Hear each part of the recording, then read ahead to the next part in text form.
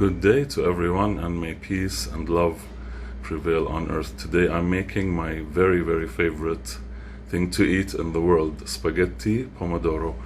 And for that I'm using brown rice spaghetti, which is gluten-free and also vegan. Freshly chopped tomatoes, the Italian kind, San Marzano. Also, I'm using canned San Marzano. It comes already peeled. Organic tomato paste. And to flavor the sauce, we're using white pepper, garlic, pepperencino, salt, and a bit of sugar as well to cut down the acidity. I'm also using a glass or a cup of non-alcoholic white wine, and of course we're gonna cook with extra virgin olive oil. And this is a sort of a shortcut I like to do all the time. It's a basil infused extra virgin olive oil, and I dress that at the end instead of adding fresh basil leaves, which you can always do if you prefer, which is the traditional way. And this is some grated parmesan cheese. And here we go. I've preheated some of the extra virgin olive oil. That's the plain kind. And I've added in the white pepper, the pepperencino, and the garlic. And I'm gonna let these guys cook together. I'm gonna mix them and cover it and let it cook for just probably under a minute. You don't want to burn your garlic. And now that these guys have cooked nicely together, I'm gonna do the tomato paste next. Cover that again, let them cook for maybe under 2 minutes. Just wanted to have you take a look. This is when I added the tomato paste with everyone, and I'm gonna cover that for just about a minute or so. And then the next step.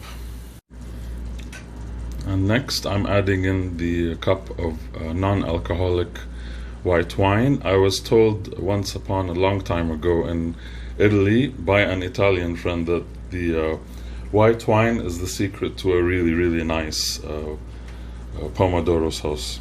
So I'm gonna let these guys cook together.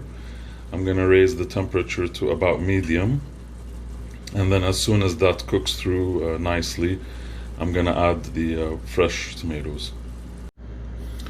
Here we go with the tomatoes. I've added the fresh and the other canned San Marzano tomatoes, which were also, when I chopped them by hand, because I like more texture, I added the salt and the sugar to both of them, so they could decompose and become a nicer sauce, less acidic. And the sauce is happily simmering away. I'm going to set it aside and keep it on another burner for the duration of the time, about 20 to 30 minutes, on like a medium low, more closer to the low heat. And then we'll do the next step.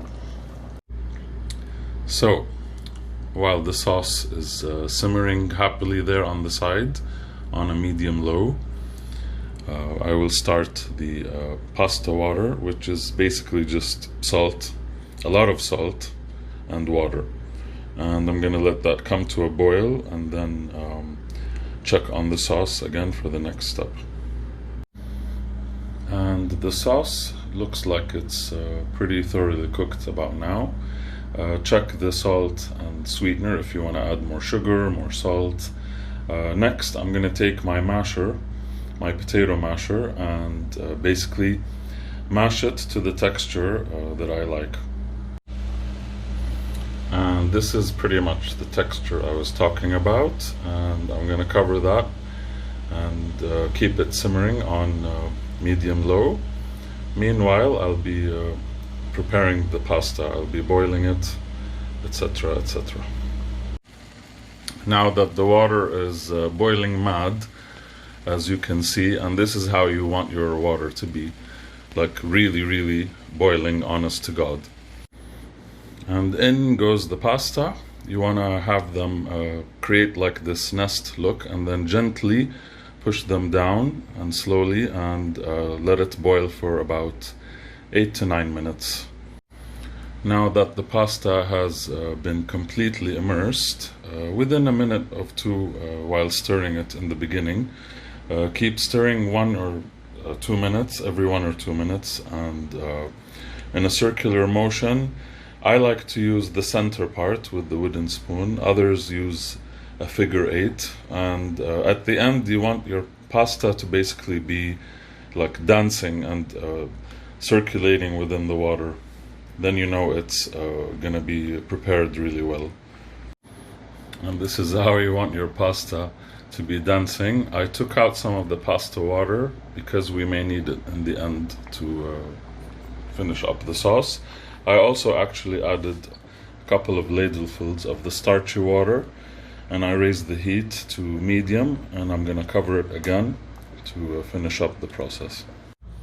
So the pasta is ready. It took about 9 minutes. I'm gonna let it drain.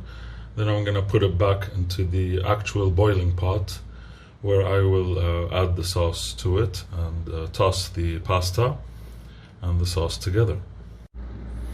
Here we are. I'm mixing in the sauce back right into the boiling pan. I'm gonna stir it from the bottom upwards so that I don't break the spaghetti strands. Very carefully and gently, and then I will add the basil infused extra virgin olive oil. And that's pretty much it. And here we go, spaghetti pomodoro. I'm gonna plate it up and show you how I like to eat it.